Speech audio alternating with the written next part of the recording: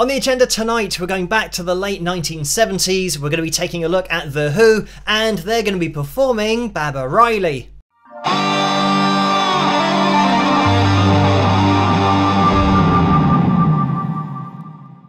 Hello, Phil here from Wings of Pegasus, and welcome to another analysis video. If you enjoy this video, please give it a thumbs up and subscribe.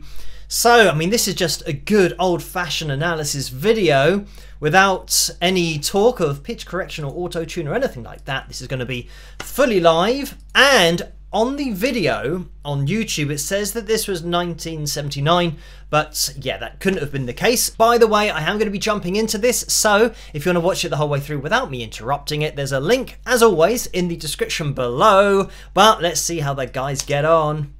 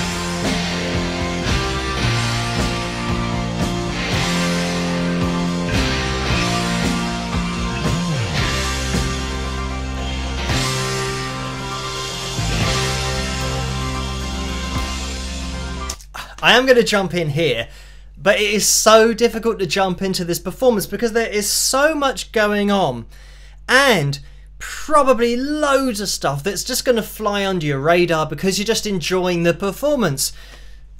I mean, what a song, first of all. But the way that this has been pieced together live is great because, I mean, we've got this dynamic journey that we go on, you know, and then when Pete Townshend's now hitting the chords on the guitar and, you know, doing the windmill. I mean, the show aspect of it is huge, and the steps that they've taken in order to achieve this show. So what I'm going to do is, I mean, I'll try and get rid of the pitch monitoring software. We'll talk about Roger Daltry's voice in a minute because that's absolutely next level. But when we're looking through this, there are so many, and by the way, John's bass playing, John Entwistle here, you can see that, you know, he's just on the ball the whole time. And when we're talking about live performances, I always say that the most important part of any live performance with the band is going to be your rhythm section, the drums and bass, because they're holding it all together. Everything else is placed on top of that foundation. So if that foundation isn't solid, everything's going to fall down. So you can see the concentration that we have here of just keeping it tight. And when I talk about keeping, you know, the whole performance tight and having this foundation, what you might see, now the thing is I don't want this video to get blocked, which might happen with the footage, but if I run it through quickly, you can see Keith Moon in the background And watch this video again, you know, kind of full screen, and look at what he's doing. In the intro, he's moving as if he's playing, but he's not playing. And you'd say, well, why is he pretending to hit the drums? Because, and this is another thing, again, maybe looking at this you won't appreciate, he's gaffer taped his headphones to his head. And you can think, well, why has he done this? And some people might think, oh, because he's going to, you know, headbang or something to keep them on his head.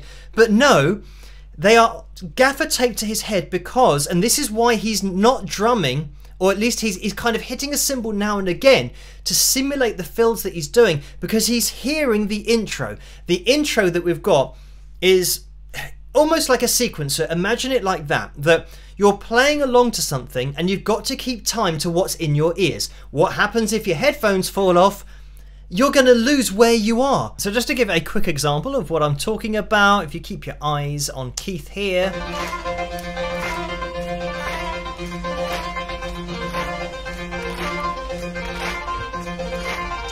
You can see that he's almost getting every single hit point, so that he's keeping that in time, so then when the crashes come in,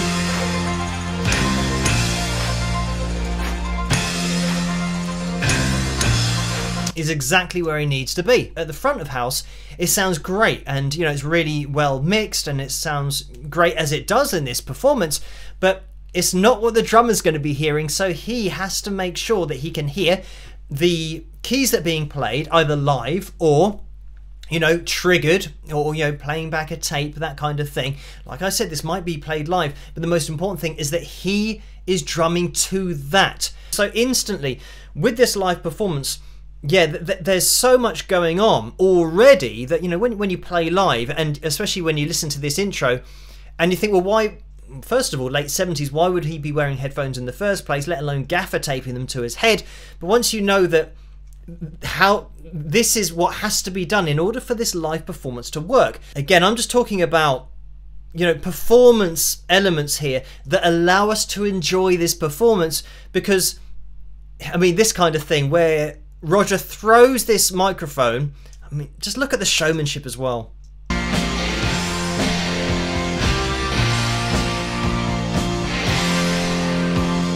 So what I want to try and find here is the thing that makes this possible, where, here we go. So if you can see here in the background, let me get rid of this, the microphone is massively gaffer taped to the lead. So this is another thing, that this is something that Roger has done to allow him to swing this microphone without any fear of it actually dislodging. Now what happens, you might not know, when an XLR lead going into a microphone, you know, like the mic that I've got here, there is effectively a release button that you can press on it. So if Roger held that microphone and accidentally just pushed in that release and then went to swing it, of course that mic is going off into the crowd, it's going up into the lighting rig. So he's gaffer taped it all together, and you can see the length to which he's gaffer taped this to make sure it's not going to come out, that it's going to detach from the lead. So it gives him that freedom to, I mean, and he can now go for it because he knows it's safe. So again, it's a technical element. There's nothing to do with, you know, singing. This is all about allowing the show to be what the show is. So yeah, you know, Keith has done it, Roger's done it, obviously Pete's done it, in order to, you know, to make his strumming more extravagant. You know, why just strum a chord when you can throw your arm around in a circle and strike a chord? And then you've got the fundamental musical appreciation of live performance that is keeping the, you know, drums and bass solid, and that's something that John is really focusing on. But then you can say that Keith's really focusing as well. Don't cry, don't raise your eye. I mean, even here, to be fair, Pete, you know, hitting these notes, na na na, you know, that's a G4. It's only teenage. A sharp 4 there, teenage, you know, which is kind of up there, and he's actually really accurate with that. So Yeah. Even though there's no stylizations on this vocal, so he's not going na na na, you know, and applying vibrato on there, but there's still melody in there. And just talking about vocals, I've got to talk about this vocal. I mean, it's just on a totally different level, considering that this is a live vocal. Oh, I mean, it's absolutely ridiculous.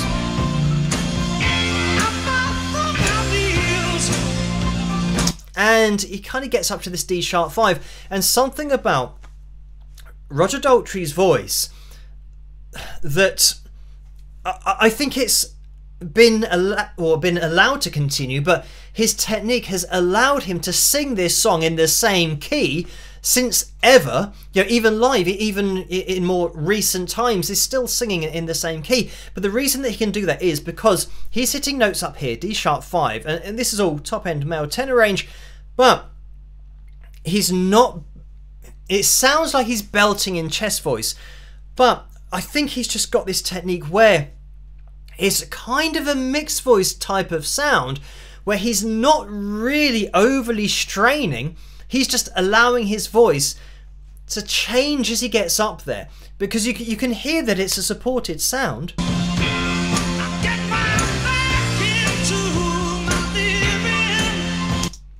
Yeah, I mean this is kind of super high, even for me. I mean, it's just a great rock voice. But when he's in this place, when na na na na, it's kind of got a push to it, but it's not that pushed.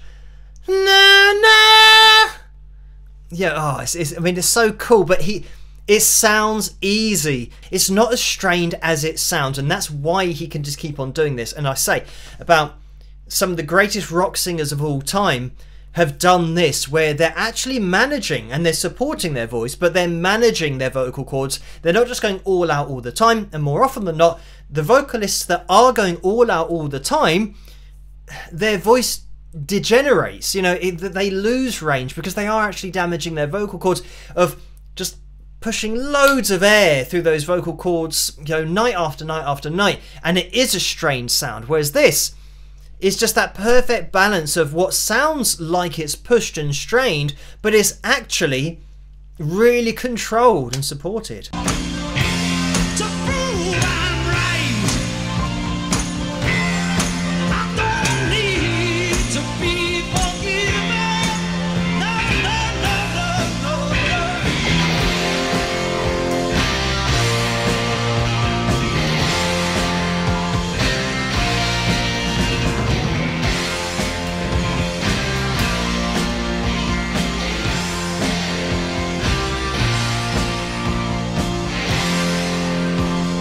I mean, this is just great to watch from every single angle, because you've got that underlying appreciation of the live performance and making sure, you know, the guys making sure that it's going to be a great sound, that they're going to be tight. You've got all of the preparation that goes into that. You then got Roger as a front man.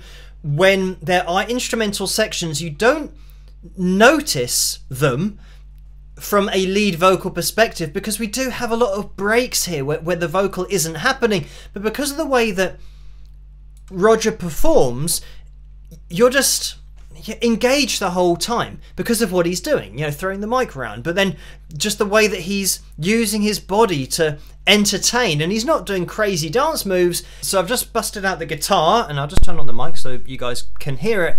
But when I say about Roger, you know, performing and making things interesting, when we've just got these chords, and it's not going to be an instructional video, but capo on the first fret if you want to play this, and we're playing an E chord but muting the G, you know, so we're not really getting kind of major or minor, just that kind of sound. And then you're going from what would be, if we're in standard tuning, it would be a B down to an A shape, down to an E. But this is, because we're capoed on the first fret, it's going to be an F. But I'll just say the shapes as if you're playing this at the bottom of the guitar, because that's sometimes easier for people to understand. But once you've kind of got that,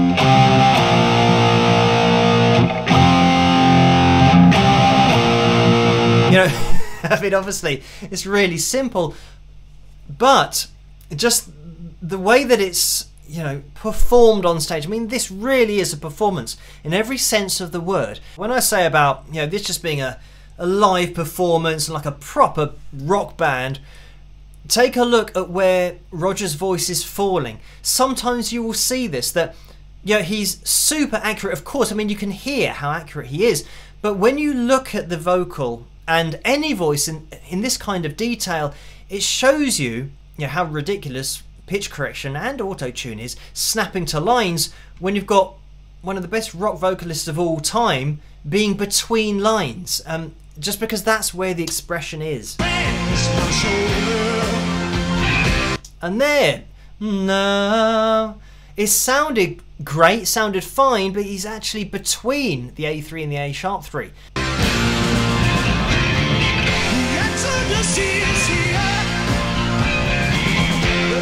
I mean, I don't want to be stopping it all the time, but again, here, you know, drifting literally between notes. So this note that Roger hit doesn't exist, is between the keys somewhere. These are microtones, that's what they're called. When, you know, if you're playing a piano, this note doesn't exist on a piano, it's between the keys, it's a pitch between. But this is the point, that it still sounds great. You could argue it sounds great because that note doesn't exist, but it does exist for Roger's voice. So then you know when it's him singing, because all of these microtones, you know, that they happen naturally.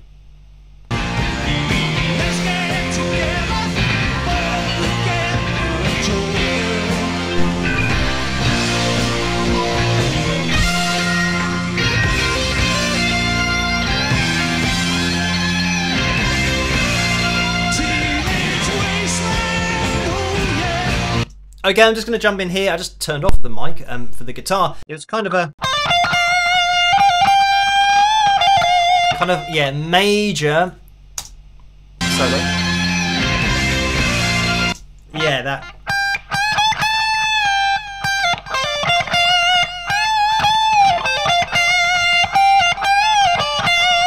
kind of thing. I mean, I don't want to kind of go into too much detail about this live performance, but you can see here by, I mean, how wild Pete is with his windmills, that, well, this is either something that he's done himself or it's happened naturally. I like to think that he's actually done this on purpose. And the more I think about it, the more I think, well, he's probably done this intentionally because he knows he's going to be doing windmills all night and he wants the freedom in his arm in order to be able to do that. So why would you not cut the underside of your jacket to give you the freedom of motion, because now he can go as wild as he wants to. So I think this is, again, just a tiny little detail.